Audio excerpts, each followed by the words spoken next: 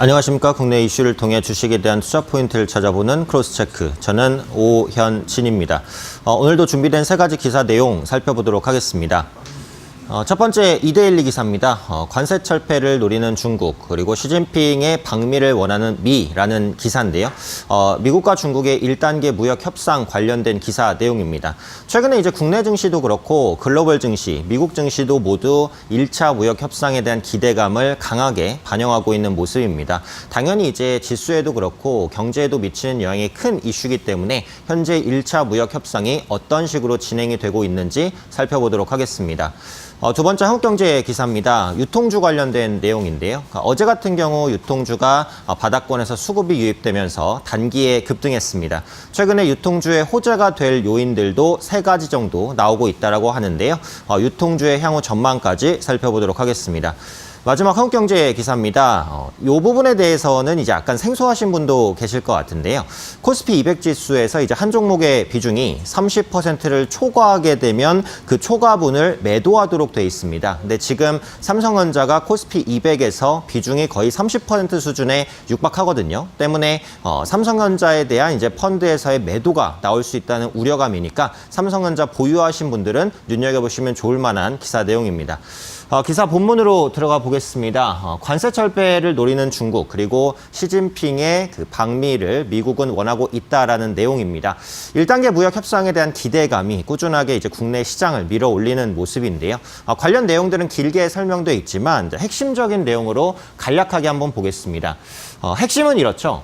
그러니까 중국에서는 9월 달에 부과가 됐었던 그 미국이 중국에 부과한 관세를 철폐해달라는 겁니다. 그럴 경우 트럼프 대통령이 원하는 그 아이오와 지역에서 이제 그 관세 협상을 할 수 있다라는 거죠. 물론 간밤에는 이제 협상 지역이 아이오와주는 아닐 것이다라는 이제 분석이 나왔어요. 근데 어찌되었던 간에 트럼프 대통령이 원하는 지역에서 협상을 할 수 있다라는 기사가 나왔다라는 부분이죠. 그래서 아이오와주가 됐든 어디가 됐든지 간에 이 부분이 받아들여진다면 결국은 1단계 무역 협상이 체결이 되는 것입니다. 그렇게 되면 기존에 이제 미국에서 공언을 했었던 12월에 중국에 부과될 것으로 보였던 추가 관세도 부과가 되지 않겠죠. 그래서 이렇게 되면은 무역 협상 관련된 그런 그 기대감이 조금 더 커질 수 있다라고 보시면 될 것 같은데, 이런 협상에는 그 시진핑 주석과 트럼프 대통령의 치밀한 정치적 계산이 깔려 있다라고 보시면 되겠습니다.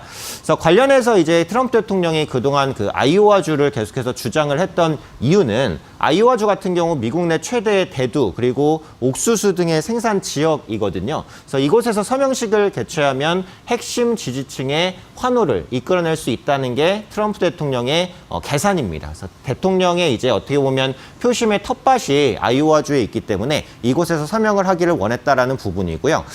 이것은 이제 트럼프 대통령이 내년에 재선을 하기 위한 전략적인 행보라고 보시면 되겠고, 지금 시진핑 주석은 이 부분을 10분 이용을 하고 있어요.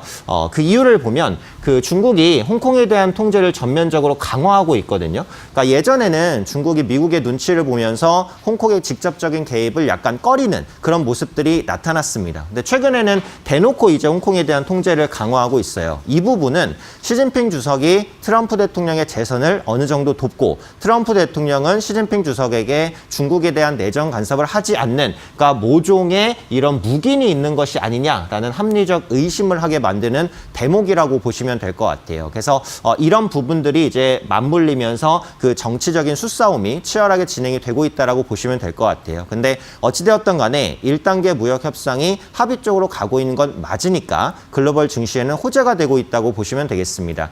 이 부분은 이제 당연히 한국 입장에서도 호재일 수밖에 없는 게, 한국 같은 경우에는 그 GDP에서 수출이 차지하는 비중이 매우 높습니다. 그렇기 때문에 대외 변수에 대한 민감도가 아주 높다라고 보실 수 있을 것 같아요. 그래서 수출에 대한 개선 기대감이 있고, 그에 따라서 최근 한국의 CDS 프리미엄도 낮아졌어요. 국가비도 위험이 낮아지면서 대외 신인도가 올라갔죠. 이렇게 될 경우에는 한국에 외국계 자금이 유입될 가능성이 높아진다라는 부분입니다. 그것은 국내 주식시장에도 호재고 대외적인 채권시장에도 호재가 되는 부분이라고 봐야겠죠. 물론 앞으로 이제 1차 무역 협상이 어떻게 진행될지 조금 더 자세하게 지켜볼 필요는 있습니다. 하지만 어쨌든 지금까지 진행된 내용을 봤을 때는 자체는 긍정적으로 되고 있는 것은 맞고 그로 인해서 외국계 자금이 국내 시장 그리고 국내 채권 시장에까지 유입될 수 있으니까 앞으로 1차 무역 협상에 대한 추가적인 결과들 그리고 외국계 자금의 흐름들 꼼꼼히 체크하실 필요가 있을 것 같습니다. 다음 이슈 보겠습니다. 한국경제 22면 산업과 무역면에 있는 기사인데요. 어제 오랜만에 유통주가 반등을 했습니다. 보유하고 계신 분들께는 미약한 반등일 수도 있지만 그래도 반가운 반등이었다라고 볼 수 있는데 기본적으로는 그 낙폭과대에 따른 매력이 부각되면서 반등했다고 볼 수도 있겠죠. 대표적인 유통주 이마트 같은 경우에도 큰 폭의 반등을 보였고요. 롯데 하이마트 역시도 33,000원대를 회복하는 모습이 나타났습니다. 기타 롯데쇼핑, 신세계 하이마트와 현대백화점까지 일제히 반등을 보여주는 모습이었는데요. 낙폭과대에 따른 저가 매수였다 이렇게 볼 수도 있지만 유통주가 앞으로 반등할 수 있는 요인을 기사에서는 크게 세 가지로 분석을 하고 있습니다. 우선 첫 번째는 그 중국의 한한령이 풀릴 수 있다는 기대감이에요. 그러니까 둥팡쇼핑은 이례적으로 한국 상품에 대한 그 특별 방송을 했습니다. 옆에 보이는 이제 그림이 그 둥팡쇼핑에 대한 한국 상품 특별전 방송의 화면이라고 보시면 될 것 같아요. 그러니까 그동안 그 사드 리스크에 대한 압박을 꾸준하게 좀 받아왔었죠. 그런데 이런 사드 리스크가 좀 완화되면서 한국 상품의 판매가 확대된다면 유통주에도 당연히 호재가 될 수 있는 요인이다라고 보시면 될 것 같고요. 두 번째는 이제 유통주의 회복 기대감인데 그 연말에 코리아 세일 페스타라든지 여러 가지 이벤트로 인해서 유통업체 행사가 이어질 겁니다. 그래서 11월부터 12월 행사가 진행이 될 건데 오프라인 매장을 방문하는 고객들이 늘어나고 있다라는 거죠. 그러니까 일례로 최근에 이제 이마트에서 진행을 했던 그 쓱데이라는 행사가 있었습니다. 그러니까 이번 달 2일에 딱 하루만 진행이 됐는데요. 여기에 무려 이제 600만 명의 그 고객이 참여를 했다라는 겁니다. 저도 이 행사에 이제 참여를 했었는데 상당히 줄을 길게 서서 계산을 했었던 경험이 있거든요. 그래서 그렇기 때문에 그만큼 유통업체가 연말에 그 매출이 회복될 수 있을 것이다라는 기대감이 크다라는 거고 마지막으로 그 이커머스 부분의 경쟁이 좀 완화될 수 있다라는 겁니다. 그동안 쿠팡 같은 경우 상당히 공격적인 마케팅을 해왔어요. 그러면서 작년에 한 1조 원 정도 손실을 봤거든요. 그러다 보니까 더 이상 이런 온라인 업체들이 저가 경쟁을 하기 어려울 것이다라는 거죠. 그래서 그런 부분들이 유통주의 회복 기대감으로 연결되고 있습니다. 또 최근에 이제 시장 트렌드가 그 낙폭과대 종목에서는 일단 수급이 유입되는 모습들이 나타나고 있어요. 어제 단기간 이제 주가가 반등하기는 했지만 여전히 유통주는 저평가 영역에 있다라고 판단을 하고 있기 때문에 추가적인 저가 매수 가능성이 높다라고 봅니다. 그래서 유통주에 대한 광범위한 관심 좀 필요한 시기가 아닐까 말씀드리겠습니다. 마지막 기사 내용 보겠습니다. 역시 한국경제 23면 증권면에 있는 기사입니다. 지수 내에서 한 종목의 비중이 30%를 초과하게 되면 그 30% 이내로 비중을 조절하도록 강제하는 법이 있습니다. 이 부분이 삼성전자의 매물을 불러올 수 있다라는 것이 기사의 핵심적인 내용입니다.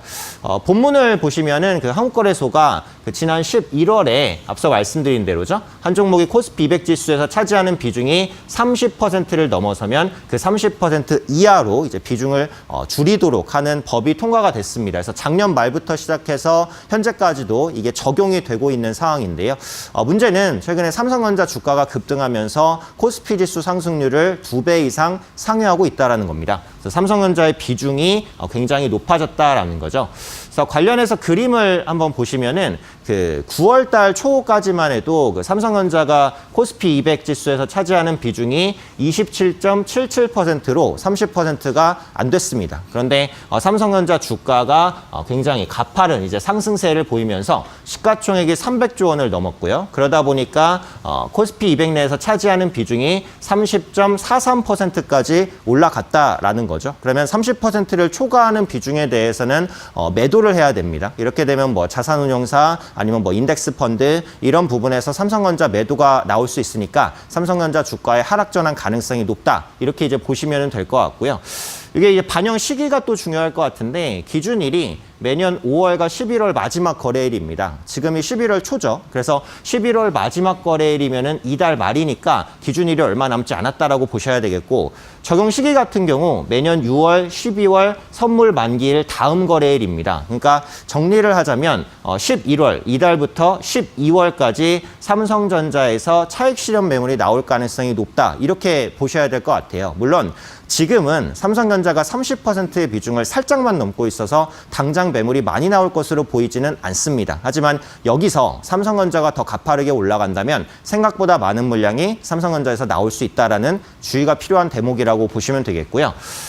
마지막으로 살펴볼 부분은 이제 반사수의 부분인데, 삼성전자에서 이제 매도가 나오게 되면 시가총액 2위인 SK하이닉스가 가장 큰 수혜를 볼 수 있다라는 기대감입니다. SK하이닉스는 삼성전자 이어서 이제 시가총액 2위 기업이기도 하고 같은 반도체 업종이기도 합니다. 그래서 삼성전자에서 빠져나간 수급이 SK하이닉스로 들어올 수도 있다라는 거죠. 그래서 종합하면 현 시점에서 삼성전자 주가가 지수보다 가파르게 상승할 경우 삼성전자에 대한 비중 축소가 필요하다라는 관점이고요. 그 경우에 SK하이닉스에 대한 단기 관심도 필요할 수 있겠다라고 보시면 될 것 같습니다.